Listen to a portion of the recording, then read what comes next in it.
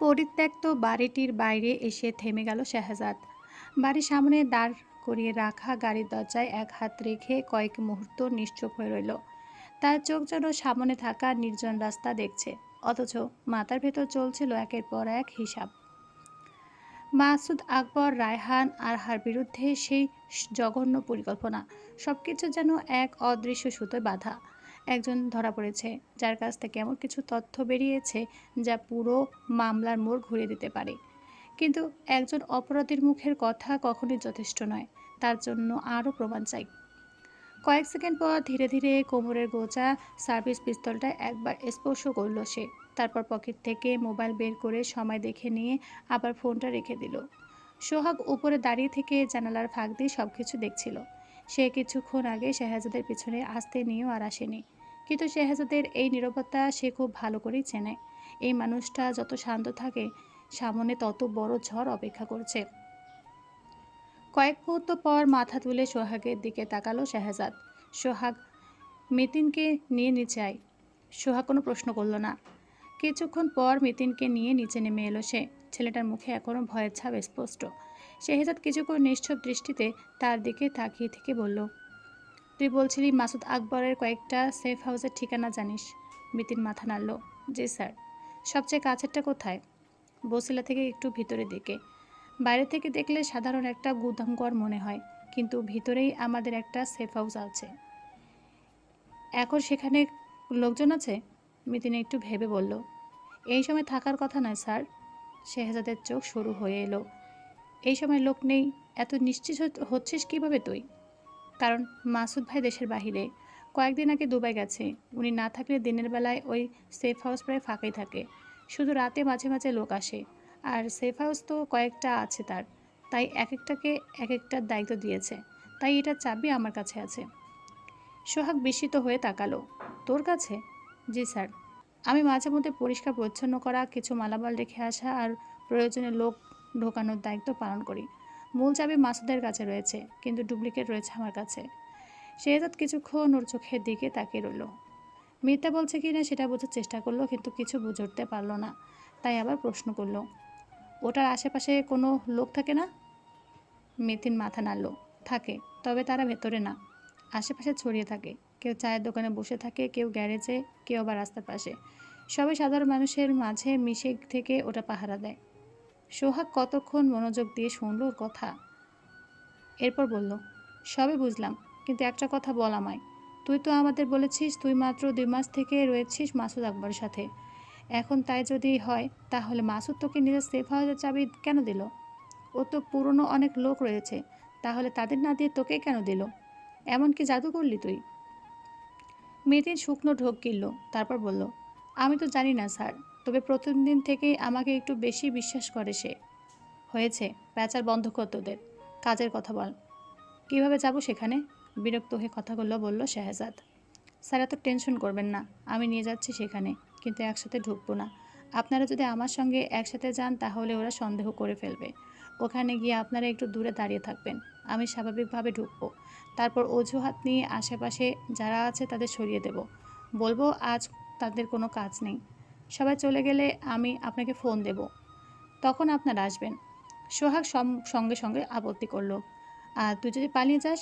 মিতিন মাথা নিচু করে বলল, পালানোর সুযোগ থাকলে অনেক আগে পালাতাম স্যার, আর আপনারা তো থাকবেনই, তাহলে পালাবো কিভাবে? শেহজাদ কোনো উত্তর দিল না। ধীরে ধীরে পকেট থেকে মোবাইল বের করে সময় দেখল। সকাল 11:45। সে আবার ফোনটা পকেটে রেখে শান্ত গলায় বলল, চল তাহলে। শেহজাদ প্রশ্নবোধক চোখে তাকালো। শেহজাদ মিতিনের দিকে থেকে চোখ না সরিয়ে বলল, 1 ঘন্টার মধ্যে বসিলা পৌঁছে যাব, তারপর দেখা যাবে তুই কথার মানুষ নাকি বিশ্বাসঘাতক। মিতিন নিঃশব্দে মাথা নিচু করল। পরের মুহূর্তেই তিনজন গাড়িতে উঠে বসলো। ইঞ্জিন স্টার্ট হতেই গাড়িটা ধীরে ধীরে নির্জন এলাকা ছেড়ে মূল সড়কের দিকে এগিয়ে গেল। প্রায় 1 ঘন্টা পর পাড়ি দিয়ে বসিলা ভেতরে একটি নির্জন এলাকায় এসে থামল ওরা। চারপাশে ছোট ছোট গোদামঘর, পুরনো টিন শেড আর আধা নির্মিত কয়েকটি ভবন। দিনের ওই সময়টায় এলাকাটা প্রায় ফাঁকাই।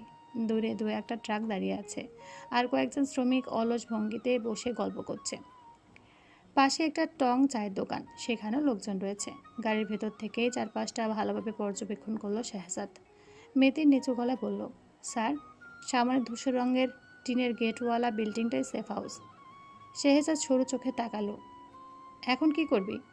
আমি আগে যাচ্ছি। আশেপাশে যারা পাহারা দিচ্ছে তাদের সরিয়ে দেই, তারপর আপনাদের খবর দেব। সোহাগ সঙ্গে সঙ্গে বলল, কোনো চালাকি করলে কিন্তু। মেতিন কথার মাঝে মাথা নাড়ল। করব না স্যার, প্লিজ একটু ভরসা করুন। শেহজাদ কয়েক সেকেন্ড ওর দিকে তাকিয়ে থেকে যাওয়ার আদেশ দিল। মেতিন গাড়ি থেকে নেমে স্বাভাবিক ভঙ্গিতে হাঁটতে শুরু করলো। শেহজাদ আর সোহাগ গাড়ির ভেতর বসে তাকে অনুসরণ করতে লাগলো। মেতিন নিজের কথা মতো চেনা লোকগুলোকে সরিয়ে চারপাশটা একবার ভালো করে দেখে ইশারা করলো ওদের। এরপর তিনজনে মিলে ভারী তালাটা খুলল। এরপর গেট ঠেলে ভেতরে ঢুকতেই ধুলো আর পুরনো কাঠের গন্ধও নাকে এসে লাগলো। বাইরে থেকে এটা সাধারণ গুদামঘর মনে হলো, ভেতরের দৃশ্য সম্পূর্ণ ভিন্ন। এক পাশে সারি সারি বড় বড় কাঠের বাক্স, আরেক পাশে লোহার আলমারি, মাঝখানে একটা বড় টেবিল, তার উপর ছড়িয়ে ছিটিয়ে আছে বিভিন্ন কাগজপত্র। শেহজাদ হাত তুলে সোহাগকে সতর্ক করার ইশারা করলো। দুজনে সার্ভিস পিস্তল বের করে ধীরে ধীরে পুরো ঘর তল্লাশি শুরু করলো। প্রথম বক্সটা খুলতেই ভেতর থেকে বেরিয়ে এলো বিদেশি ব্র্যান্ডের আধুনিক আগ্নেয়াস্ত্র। দ্বিতীয় বাক্সে শত শত গুলি। তৃতীয় বাক্সে কয়েকটি সাইলেন্সার, ম্যাগাজিন আর বিভিন্ন অস্ত্রের যন্ত্রাংশ। তা দেখে সোহাগ নিচু স্বরে বলল, ভাই, এটা তো ছোটোখাটো একটা অস্ত্রাগার। শেহজাদ কোনো উত্তর দিল না। তার চোখ তখন টেবিলের ওপর রাখা একটি কালো ল্যাপটপে। ল্যাপটপের পাশে পড়ে আছে একটি হার্ড ডিস্ক, কয়েকটি পেনড্রাইভ আর একটি মোটা নীল ফাইল। ফাইলটা খুলতে একের পর এক ছবি বেরিয়ে এলো। বিভিন্ন অস্ত্র চালানোর ছবি, টাকা লেনদেনের হিসাব, দেশের বিভিন্ন জেলা চিহ্নিত কয়েকটি সেফ হাউসের মানচিত্র, কোড নেম ব্যবহার করে লেখা যোগাযোগের তালিকা, কিছু বিদেশি নম্বর, আর সবচেয়ে গুরুত্বপূর্ণ তথ্য হলো কয়েকজন প্রভাবশালী ব্যক্তির সঙ্গে মাসুদ আকবরের একাধিক গোপন বৈঠকের ছবি। সোহাগ বিষয়ে তাকালো। ভাই, কি মনে হয় এসব কি আসল? বুঝতে পারছি না, তবে এইসব যদি আসল হয় তাহলে পুরো নেটওয়ার্কটাই ধরা পড়ে যাবে। কিন্তু এত গুরুত্বপূর্ণ একটা ফাইল এভাবে ছড়িয়ে রাখবে কেন মাসুদ আকবর? কারণ এখানে ভেতরে আমি আর মাসুদ ভাই ছাড়া কারো ঢোকার অনুমতি নেই, তাই এদিক ওদিক থাকলেও কোনো সমস্যা নেই। আর স্যার, এগুলো সব না। কথাটা বলে সে আলমারির নিচের ড্রয়ার খুলে ভেতর থেকে একটি ছোট লোহার সিন্দুক বের করলো। চাবি ঘুরিয়ে খুলতেই ভিতরে দেখা গেল কয়েক বান্ডিল বিদেশি মুদ্রা, একাধিক ভুয়া জাতীয় পরিচয়পত্র, বিভিন্ন নামের তৈরি পাসপোর্ট, কয়েকটি স্যাটেলাইট ফোন এবং একটি লাল রঙের ডায়েরি। মিতিন ডায়েরিটা শেহজাদের হাতে দিয়ে বলল, স্যার, এটা মাসুদ ভাই নিজের হাতে লিখত। কোন চালান কবে এসেছে, কার কাছে কত টাকা গেছে, কার সঙ্গে কী ডিল হয়েছে, সব কিছুর হিসাব এখানে আছে। ডায়েরির প্রথম পৃষ্ঠাটি কয়েকটি পৃষ্ঠা উল্টাতেই শেহজাদের চোখের দৃষ্টি বদলে গেল, কারণ সে বুঝে গেল এগুলো শুধু মাসুদ আকবরকে গ্রেপ্তার করার প্রমাণ নয়, এগুলো এমন একটি সংগঠিত অপরাধ চক্রের নথি যার শিকড় দেশের অনেক গভীর পর্যন্ত ছড়িয়ে আছে। আর সেই শিকড়ে আঘাত করতে পারলে বহু বছরের অন্ধকার একসঙ্গে ভেঙে পড়তে পারে। শেহজাদ একের পর এক কাগজ, ফাইল আর ডায়েরির পাতা মনোযোগ দিয়ে দেখতে লাগলো। প্রতিটি পাতায় এমন সব তথ্য যেগুলো যে কোনো সময় অপরাধ চক্রটাকে আইনের আওতায় এনে ফেলতে পারে। কিন্তু ঠিক সে তখনই সেই ডায়েরিটা বন্ধ করে দিল। সোহাগ অবাক হয়ে বলল, কি হলো, বন্ধ করলি কেন? কোনো সমস্যা? নিয়ে যাবে এসব? শেহজাদ শান্ত গলায় বলল, এগুলো এখন নিয়ে যাওয়া যাবে না। কেন? শেহজাদ ডায়েরিটার উপর হাত বুলিয়ে বলল, মাসুদ আকবর যদি ফিরে এসে একটা পাতাও কম দেখে, সঙ্গে সঙ্গে বুঝে যাবে কেউ এখানে ঢুকেছিল। তখন সব প্রমাণ সরিয়ে ফেলবে, সেফ হাউস বদলে ফেলবে, লোকজন গা ঢাকা দেবে। সোহাগ বুঝতে পেরে ধীর মাথায় নাড়ল। তাহলে যেগুলো এখন সবচেয়ে দরকার শুধু সেগুলোর ছবি তুলব। কথাটা বলে পকেট থেকে নিজের মোবাইল বের করলো শেহজাদ। খুব সতর্কভাবে একের পর এক পাতার ছবি তুলতে লাগলো। যেসব পাতার অস্ত্র চালানের তারিখ লেখা আছে, বিদেশি নম্বর, ব্যাংক লেনদেনের হিসাব, সেফ হাউসের ঠিক লোকেশন, কোড নেমের তালিকা এবং কয়েকজন প্রভাবশালী ব্যক্তির সঙ্গে মাসুদ আকবরের যোগাযোগের তথ্য। প্রতিটি ছবি তোলার পর শেহজাদ অত্যন্ত সতর্কতার সঙ্গে পাতাগুলো আবার আগের জায়গায় ঠিক যেভাবে ছিল সেভাবে রেখে দিল। চারপাশে একবার চোখ বুলিয়ে নিয়ে তারপর স্বাভাবিক গলায় মিতিনের দিকে তাকিয়ে বলল, মিতিন, একটু পানি হবে? অনেকক্ষণ ধরে কাজ করছি। জি স্যার। মিতিন আর কোনো কথা না বলিয়ে পাশের ছোট্ট কিচেনের দিকে চলে গেল। সে চোখের আড়াল হতে শেহজাদের মুখের শান্ত ভাবটা মুহূর্তে বদলে গেল। দ্রুত পকেটে হাত ঢুকিয়ে ছোট্ট কালো রঙের কয়েকটি অডিও ট্রান্সমিটার বের করলো। আকারে এতটাই ছোট যে সহজে হাতের তালুর ভেতর লুকিয়ে রাখা যায়। সোহাগ বিস্মিত চোখে তাকাতেই শেহজাদ নিচু স্বরে বলল, মিতিন আমাদের সব মিথ্যা বলেছে সোহাগ। কি বলছিস ভাই? বুঝলি কি করে? এখানে এক বলাতেই ও নিয়ে এলো, আর ওর কথাতেই ছেলেপেলেরা চলে গেল। মাসুদ আকবরের সমস্ত কিছু এত সহজে চোখের সামনে এলো। বিষয়টা একটু বেশি তাড়াহুড়ো লাগছে না? তাছাড়া ওই যে কর্নারে তাকা। শেহজাদের কথা অনুযায়ী সোহাগ তাকাতে দেখলো গুদাম ঘরের এক কোণায় লুকিয়ে কয়েকজন ছেলে ওদের দিকে নজর রাখছে। কলিজাটা যেন শুকিয়ে এলো সোহাগের। সে বিস্ফোরিত নয়নে শেহজাদের দিকে তাকালো। ভাই, আমরা কি তাহলে কারো? ভয় পাস না, আমি আছি তো। আর এতক্ষণ যখন কোনো আক্রমণ করেনি, এখনও করবে না। নিশ্চয়ই কোনো প্ল্যান আছে ওদের। আর কি প্ল্যান সেটাই জানতে হবে আমাদের। এখন কিছুক্ষণের জন্য আমি ওদের ব্যস্ত রাখছি। তুই এগুলো কাছাকাছি কোথাও লাগিয়ে দে। গাড়িতে সবসময় জরুরি সরঞ্জাম রাখি। এখানে ঢোকার আগে সন্দেহ হয়েছিল, তাই সঙ্গে নিয়ে এসেছি। এরপর চারপাশে সতর্ক দৃষ্টি রেখে খুব নিচু গলায় নির্দেশ দিল। দ্রুত কাজ শেষ কর। এমন জায়গায় বসিয়ে দে যাতে সহজে কারো চোখে পড়ে না। পরে এখানকার প্রতিটি কথাবার্তা আমাদের কাছে কাছে পৌঁছাবে। সোহা কোনো প্রশ্ন করল না। শেহজাদ এমনিতেই হাঁক ছাড়ল কে কে বলে। ছেলেগুলো একটু সরতেই দ্রুত ডিভাইসগুলো নিয়ে ঘরের বিভিন্ন কোণ, টেবিলের নিচে আর কাঠের বাক্সগুলোর ফাঁকে নিখুঁতভাবে লুকিয়ে বসিয়ে দিল সোহাগ। মাত্র কয়েক সেকেন্ডের মধ্যেই কাজ শেষ হয়ে গেল। দুজন আবার আগের জায়গায় দাঁড়িয়ে এমন স্বাভাবিক ভঙ্গি নিল যেন এই সময়ের মধ্যে কিছুই ঘটেনি। ঠিক তখনই হাতে পানির বোতল নিয়ে ফিরে এলো মিতিন। সরি স্যার, কিচেনে পানি ছিল না, তাই একটু লেট হলো। ওর কথা মুচকি হাসলো শেহজাদ। এরপর বোতলটা নিয়ে এক চুমুক পানি খেলো। তারপর শান্ত দৃষ্টিতে মিতিনের দিকে তাকিয়ে যেন কিছুই হয়নি এমন স্বাভাবিক ভঙ্গিতে আবার কথাবার্তা শুরু করলো। শেহজাদ পানির বোতলটা নামিয়ে রেখে ধীরে ধীরে মিতিনের সামনে এসে দাঁড়ালো। দুজনের চোখ এক হলো। কয়েক মুহূর্ত নীরব থাকার পর শেহজাদ ঠান্ডা স্থির গলায় বলল, আপাতত আমাদের কাজ এখানেই শেষ। তোরও আর কোনো কাজ নেই। এখন আমরা চলে যাচ্ছি, কিন্তু তোর ওপর থেকে আমাদের নজর সরবে না। আজ থেকে তোর প্রতিটা পদক্ষেপের ওপর আমাদের লোকের নজর থাকবে। মিতিনের বুকটা ধক করে উঠল। শেহজাদ কথাটা শেষ করলো। 24 ঘন্টা কোথায় যাচ্ছিস, কার সঙ্গে দেখা করছিস, কি কথা বলছিস, সব খবর আমাদের কাছে পৌঁছাবে। তাই কোনো ধরনের চালাকি করার কথা মাথাতে আনবি না। মিতিন শুকনো শুকনো ঢোক গিলে মাথা নাড়ল। না স্যার। মাসুদ আকবরকে একটা কথা বলবি না যে আমরা এখানে এসেছিলাম। আর যা হয়েছে সেটা তোর আর আমাদের মধ্যেই থাকবে। আমি কাউকে কিছু বলবো না স্যার।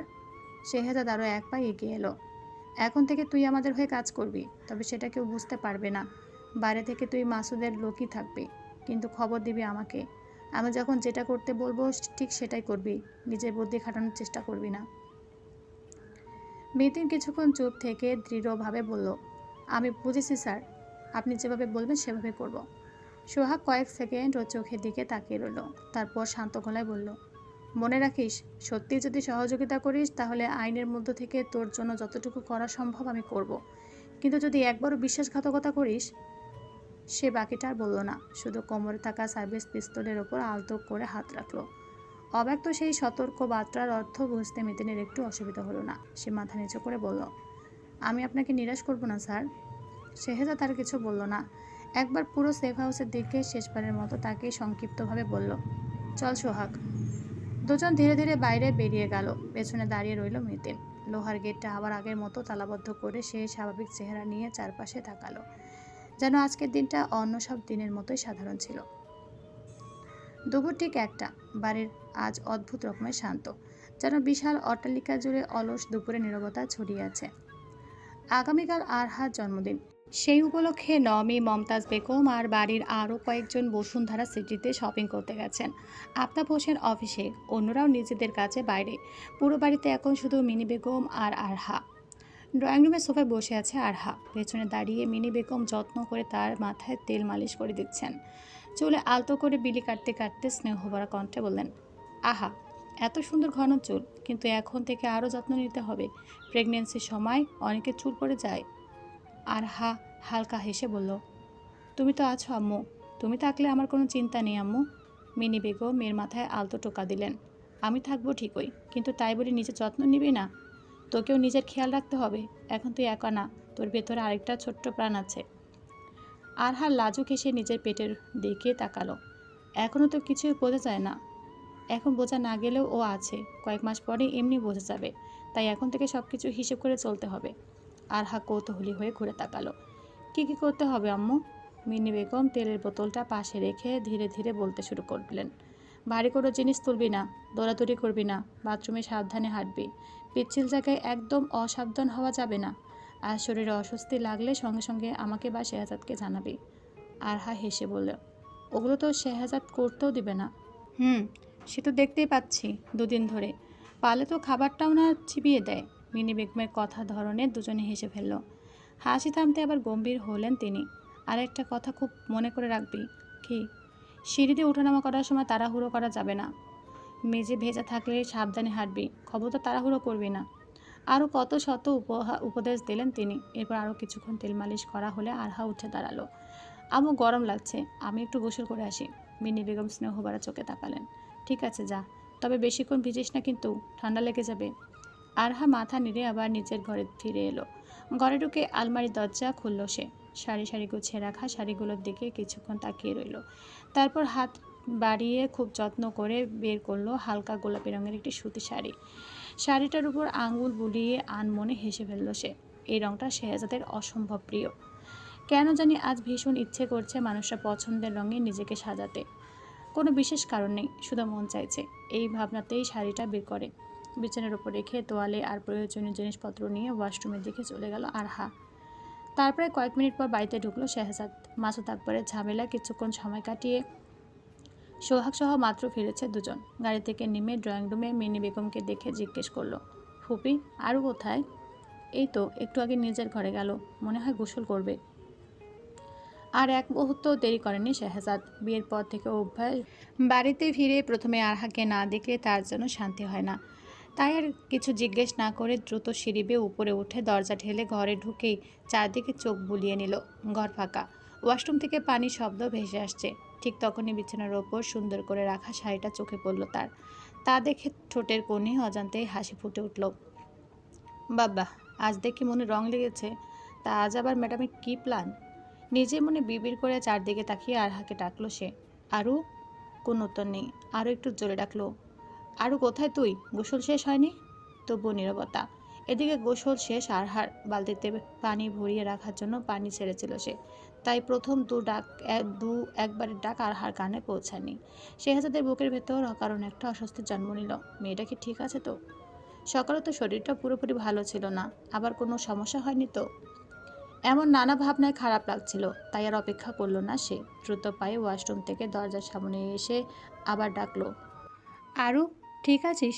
দরজা খোল।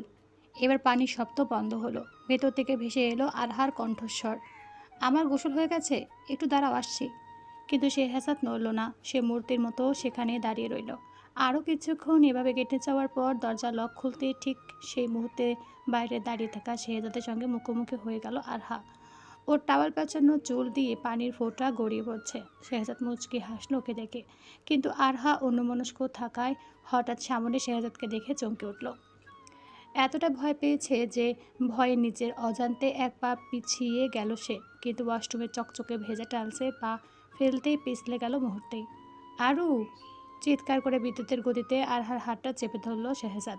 সর্বশক্তি দিয়ে নিজের দিকে টেনে আনার চেষ্টা করলো তাকে। কিন্তু ততক্ষণে যেন এক মুহূর্তের দেরি সবকিছু বদলে দিয়েছে। আরহার শরীরের পুরো ভার তখন পেছনের দিকে চলে গেছে। শেহজাদের আঙুলগুলো মরিয়া হয়ে ওর হাত আঁকড়ে ধরেও রাখতে পারল না। মুহূর্তের মধ্যে হাতটা তার মুঠো থেকে ছিটকে বেরিয়ে গেল। পরের মুহূর্তে আরহার মাথার পেছনের অংশে সজোরে আছড়ে পড়ল শক্ত মার্বেল টাইলসের উপর। একটা ভারী শব্দে যেন পুরো ওয়াশরুম কেঁপে উঠল। আহ! ব্যথায় একবার তীব্র আর্তনাদ করে নিস্তেজ হয়ে গেল আরহার শরীর। মুহূর্তের মধ্যে মাথার পেছনটা ঘিরে মার্বেলের সাদা টাইলসের উপর লালচে রক্তের ছোপ ফুটে উঠল। ধীরে ধীরে সেই রক্ত গড়িয়ে নেমে সরু রেখার মতো ছড়িয়ে পড়তে লাগলো সাদা টাইলসের উপর। দৃশ্যটা চোখে পড়তে শেহজাদের বুকের ভেতরটা যেন আচমকায় থেমে গেল। প্রথম কয়েক সেকেন্ড কিছুই যেন বুঝতে পারল না সে। তারপর যখন ধীরে ধীরে মাথায় ঢুকলো বিষয়টা, তখন আরু বলে আতঙ্কে বুক ফোটানো চিৎকার করে উঠল শেহজাদ। এক মুহূর্ত দেরি না করে আরহার দিকে ঝাঁপিয়ে পড়তে গিয়ে ভেজা মেঝেতে নিজেও ভারসাম্য রাখতে পারল না। হাঁটু আর কোনো সজোরে টাইলসে আঘাত করলো। তীব্র ব্যথায় মুখ বিকৃত হয়ে গেল। কিন্তু সে যেন কিছুই টের পেল না। হামাগুড়ি দিয়ে আরহার কাছে পৌঁছে ওর মাথাটা দুহাতে তুলে নিল। আরহার মাথার পিছনে হাত দিতেই শেহজাদের তালু ভিজে উঠল উষ্ণ রক্তে। থেমে গেল সে। একেবারে পাথরের মতো স্থির হয়ে গেল কয়েক সেকেন্ডে। তারপর ধীরে ধীরে নিজের হাতটা চোখের সামনে তুলে ধরল শেহজাদ। লাল রক্ত, আরহার রক্ত। চোখের মনি ভয়ে সংকুচিত হয়ে এলো তার।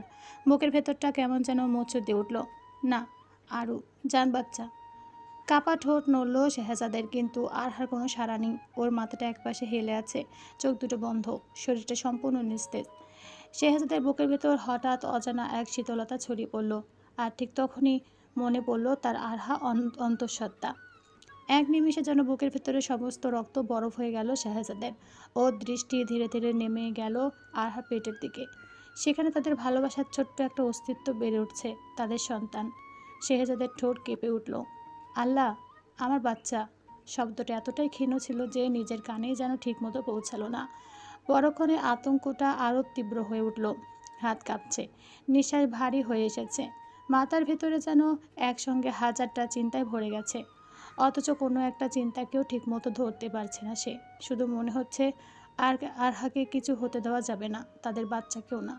ইয়া আল্লাহ, আমার আরও কিছু হবে না, আমার বেবিরও কিছু হবে না, প্লিজ রক্ষা করো। কাপা গলা ফিসফিস করে উঠল শাহজাদ। কথাগুলো বলতে বলতে আরহার মুখটা দুহাতে মাঝে তুলে নিল সে। গালে আলতো করে চাপড় দিল বারবার। আরও, আরও শুনতে পাচ্ছিস?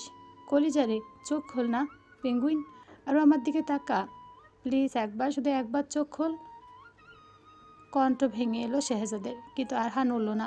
কোনো উত্তর এলো না, শুধু নিস্তেজ। আরহার মাথার পাশ দিয়ে রক্তের সরু রেখাটা ধীরে ধীরে সাদা টাইলসের উপর গড়িয়ে চলছে। শেহজাদের নিজের হাঁটু থেকেও তখন রক্ত ঝরছে, কোনো চামড়া ছিলে গেছে, কোথাও কোথাও জ্বালাপোড়া করছে ক্ষতগুলো। কিন্তু সেদিকে বিন্দুমাত্র খেয়াল নেই তার। এই মুহূর্তে তার পুরো পৃথিবীটা যেন আটকে গেছে আরহার নিস্তেজ মুখ আর সাদা টাইলসের উপর ছড়িয়ে পড়া রক্তের মধ্যে। পরের মুহূর্তে প্রায় উন্মাদের মতো কাপা হাতে আরহাকে বুকের সঙ্গে জড়িয়ে তুলে নিল শাহজাদ। আরু, গলা ভেঙে কান্না বেরিয়ে এলো তার। আরহার মাথাটা সাবধানে নিজের বুকের কাছে আগলে নিয়ে আর এক মুহূর্ত দেরি না করে ছুটতে শুরু করলো সে। পায়ের নিচে কী আছে, নিজের শরীর থেকে কতটা রক্ত ঝরছে, কোনো কিছুরই খেয়াল নেই। দৌড়াতে দৌড়াতে কয়েক পা হড়কে থেমে গেলেও থামলো না শেহজাদ। কিছু হবে না তোর, কিচ্ছু হবে না, আমি আছি আরু, আমি আছি। কাঁদতে কাঁদতে আরহাকে আরও শক্ত করে নিজের বুকের সঙ্গে চেপে ধরল শেহজাদ। ইয়া আল্লাহ, আমার আরুকে বাঁচিয়ে দিন, আমার বাচ্চাটাকে বাঁচিয়ে রাখুন, প্লিজ ইয়া রব। কাঁদতে কাঁদতে দোয়াগুলো উচ্চারণ করতে করতে ছুটে চলল সে। চোখ বেয়ে অঝরে অশ্রু ঝরছে, তবু থামার অবকাশ নেই। তার বুকে নিস্তেজ হয়ে পড়ে আছে তার পুরো পৃথিবী। আরহা আর আরহার ভেতরে বেড়ে ওঠা তাদের ছোট্ট প্রাণ। ঘড়ির কাঁটা দুটো পেরিয়ে গেছে। মনোয়ারা বেগম, শাহজাহান সাহেব আর রনি লাঞ্চ সেরে নিয়েছেন সময় মতো। একমাত্র নোমান আর সোহাগী এখনও খায়নি। কিছুক্ষণ আগে দুজন একসঙ্গে বাড়িতে ফিরেছে। মনোয়ারা বেগম ওদের দেখেই আর দেরি করলেন না। রান্নাঘর থেকে দুজনের জন্য খাবার বেড়ে নিয়ে এসে ডাইনিং টেবিলে সাজিয়ে দিলেন। ফ্রেশ হয়ে নোমান আর সোহাগও পাশাপাশি এসে চেয়ারে বসে পড়ল। সোহাগ প্লেটের দিকে তাকানোর আগেই মায়ের দিকে তাকে জিজ্ঞেস করলো, মা, তোমরা খেয়েছো? মনোয়ারা বেগম হেসে মাথা নাড়লেন। হুম, তোর বাবা, রনি, সবাই খেয়ে নিয়েছি, তোদের জন্য শুধু বসেছিলাম। নোমান মুচকি হেসে বলল, আমাদের জন্য কেন বসে থাকো মা? আমাদের জন্য বসে থাকলে তো দুপুর গড়িয়ে বিকেল হয়ে যেত। আমরা যে কখন কে ফিরবো তার কোনো ঠিক আছে? তুই চুপ কর, তোদের নিয়ে চিন্তা না করলে কাকে নিয়ে করবো বলতো? বাবা তো হোসনি এখনও, যখন হবি তখন ঠিক বুঝতে পারবি। মায়ের কথায় নোমান হেসে ফেলল। সোহাগও মুখ টিপে হাসতে হাসতে ভাত মাখতে শুরু করলো।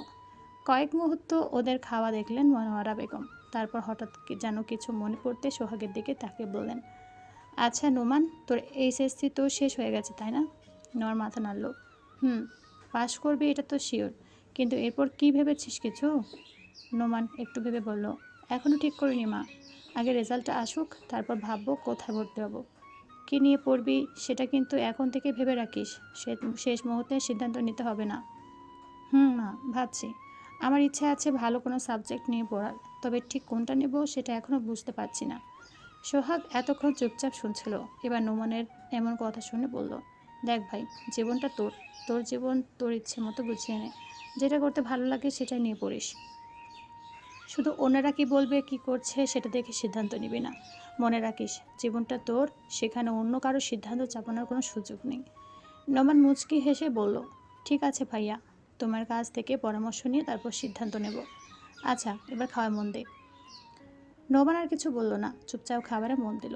তাদের পাশে দাঁড়িয়ে মনোয়ারা বেগম কিছুক্ষণ যেন কি একটা বলবেন ভাবলেন, তারপর স্বাভাবিক গলায় বললেন, আচ্ছা সোহাগ, আরহার খবর কি? শুনলাম মির্জা বাড়িতে নাকি নতুন মেহমান আসছে। সোহাগ খাবার মুখে দিয়ে মায়ের দিকে তাকালো, এরপর কোনো মতে খাবারটা গিলে নিয়ে বলল, ভালো তো আছে মা, আর সত্যি আরহা প্রেগনেন্ট। কথাটা শুনে মনোয়ারা বেগমের মুখটা খুশিতে ভরে উঠল। আলহামদুলিল্লাহ, একদিন কি দেখে আসতে হবে মেয়েটাকে, নতুন সংসার, তার ওপর আবার প্রথম বাচ্চা, কেমন আছে কি করছে নিজের চোখে দেখে আসবো। যেও মা, আরহা খুশি হবে, সবাই ওকে নিয়ে অনেক ব্যস্ত। তোর আন্টিরা নিশ্চয়ই সারাক্ষণ ওর পেছনে পেছনে ঘুরছে। সোহাগ হেসে মাথা নাড়ল। আন্টি তো আছে, তার উপর শেহাদা তো কম যাচ্ছে না, আর হাকে একা এক পাও নড়তে দিচ্ছে না, পুরো বউ পাগল হয়ে গেছে জানো। তা তো হবেই, প্রথম সন্তান বলে কথা, আর মেয়েটারও এখন একটু যত্ন দরকার। ওদের মা ছেলে কথার মাঝে হঠাৎ উপরতলা থেকে ছোট ছোট পায়ের শব্দ শোনা গেল। দুজনেই কথা থামিয়ে উপরে তাকাতেই দেখলো সিঁড়ি দিয়ে ধীরে ধীরে নেমে আসছে রনি। ছোট পা দুটো সাবধানে ফেলতে ফেলতে নিচে এসে চারপাশে একবার তাকালো সে, তারপর কাউকে কিছু না বলে সোজা সোহাগের পাশের চেয়ারে উঠে বসলো। ওকে দেখে মুখে মায়াভরা হাসি ফুটালো সোহাগের। কি হয়েছে আমার বাবার, মুখটা এমন গোমরা হয়েছে কেন? রনি কোনো উত্তর না দিয়ে খুব স্বাভাবিক ভঙ্গিতে সোহাগের দিকে তাকিয়ে হা করলো। সোহাগ মুচকি হেসে এক লোকমা খাবার খাইয়ে দিতেই নিচে নামলো শাহজাহান সাহেব। কিরে বাবা, কোথায় গেছিলে এই সাত সকালে? 1 মাসের ছুটিতে এসেছিস, কোথায় একটু ছেলেকে আমাদের সময় দিবি তা না করে ছুটে বেড়াচ্ছিস? সোহাগ রনির মুখে আর এক লোকমা খাবার তুলে দিয়ে বলল, একটু দরকারি কাজ ছিল বাবা, তাই বের হয়ে এসেছি। তবে এবার আর কোনো কাজ নয়, রনিকে নিয়ে মালদ্বীপ যাচ্ছি, 24 আগস্ট ফ্লাইট আমাদের। ওরা কথা শুনে ভ্রু কুঁচকে তাকালো সবাই। মনোয়ারা বেগম, শাহজাহান সাহেব, নোমান একে অপরের দিকে তাকিয়ে বোঝার চেষ্টা করলো আগে থেকে কেউ জানে কি না, কিন্তু মুখ দেখে মনে হলো কেউ জানে না। সে কি ভাইয়া, তুমি মালদ্বীপ যাচ্ছ আর আমরা জানি না? রনি খুশি হলো যেন নোমানের কথায়। সে পানি খেয়ে হাততালি দিতে দিতে বলল, শুধু আমরা নয় চাচ্চু, সাথে নিধিও যাবে। আমাদের শেহজা চাচ্চু, আরু আন্টি, মিস সবাই যাবে একসাথে, অনেক মজা হবে তাই না বাবা? শেষ কথাটা সোহাগের দিকে তাকিয়ে বলতে সোহাগ মুচকি হাসলো। ততক্ষণে নিজের খাওয়া শেষ, তাই হ্যান্ড টাওয়ালায় হাত মুছে সোফা এসে বসলো। তারপর সবার দিকে তাকিয়ে বলল, আসলে কোনো প্ল্যান ছিল না যাওয়ার, কিন্তু শেহজাদ বলল ওরা যাচ্ছে। ওদের যাওয়া দেখে কেন জানি মনে হলো রনিকে নিয়ে আমি একটু ঘুরে আসি। ছেলেটাকে নিয়ে কোথাও বের হওয়া হয় না। রনির বাইরে যাওয়ার কাগজপত্র তো অনেক আগে থেকেই ছিল, তাই খুব একটা অসুবিধা হয়নি। তার টিকিট পেয়েছো? হ্যাঁ বাবা, পেয়েছি। শেহজাদ আগে টিকিট কেটেছে ওদের, তাই একটু ভয়ে ছিলাম একই ফ্লাইটে পাবো কিনা, কিন্তু আলহামদুলিল্লাহ পেয়েছি। এখন শুধু 24 তারিখের অপেক্ষা। সবাই বেশ খুশি হলো। যাক, বাবা ছেলে কয়েকটা দিন একটু আরাম করে আসুক। সবসময় তো আর সোহাগকে কাছে পায় না রনি, এবার যদি এই ছুটির সুবাদে কিছুটা সময় পায় বেশ ভালোই হবে। তাহলে একটু স্মৃতি জমুক। ওদের কথার মাঝে টেবিলের ওপর রাখা সোহাগের ফোনটা বেজে উঠল। একবার দুবার। সোহাগ প্রথমে খেয়ালই করলো না, পরে রনি এসে সামনের স্ক্রিনে ভেসে ওঠা নামটা দেখে কথা বন্ধ হলো সোহাগের। নমি, একটা মাত্র নাম, কিন্তু সেই নামটা যেন মুহূর্তের মধ্যে সোহাগের সমস্ত মনোযোগ অন্যদিকে টেনে নিল। বুকের ভেতরটা কেমন অকারণে হালকা হয়ে গেল। ঠোঁটের কোণে খুব ছোট্ট একটা হাসি ফুটে উঠল, এমন হাসি যেটা সে নিজেও টের পেল না। নমি ফোন করেছে। কি এমন হয়েছে যে ফোন করেছে সেটা জানার আগে মেয়েটার নামটা স্ক্রিনে দেখে তার মনটা ভালো হয়ে গেছে। এই ব্যাপারটার মাঝে মাঝে নিজের কাছে নিজেকে বেশ অদ্ভুত লাগে সোহাগের। নবমীর সঙ্গে তার সম্পর্কের কোনো নাম নেই, কোনো দাবি নেই, কোনো স্বীকারোক্তিও নেই। তবু মেয়েটার একটা ফোন, একটা কথা, এমনকি কখনো কখনো একটা ছোট্ট মেসেজও তার ব্যস্ত দিনের ভেতরে অদ্ভুত এক প্রশান্তি এনে দেয়। আর দেরি করলো না সে, সকলের সামনে দ্রুত কলটা রিসিভ করলো। আসসালামু আলাইকুম মিস। উপাস থেকে নবমীর মিষ্টি কণ্ঠ ভেসে এলো।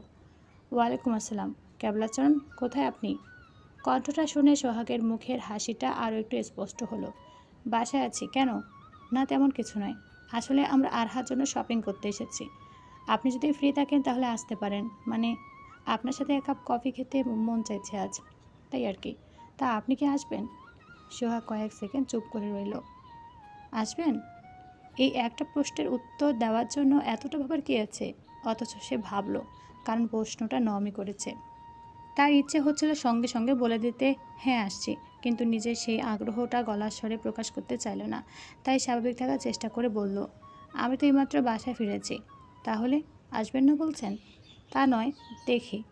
ওপাশ থেকে নমির কণ্ঠে সামান্য বিরক্তি দেখা গেল। দেখি মানে কি? আসবেন কি আসবেন না শুধু এটা বলুন। আপনার দেখে আসার কতক্ষণ বসে থাকবো বলুন তো? সোহাগের ঠোঁটের কোণে আবার হাসি ফুটল। মেয়েটার এই সরাসরি কথা বলার স্বভাবটা তার ভীষণ ভালো লাগে। অথচ সেটা সে কখনো নমিকে বলবে না। কতক্ষণ চুপ থেকে বলল, আচ্ছা আসবো। সত্যি আসবেন তো, নাকি ঢপ মারছেন আমাকে?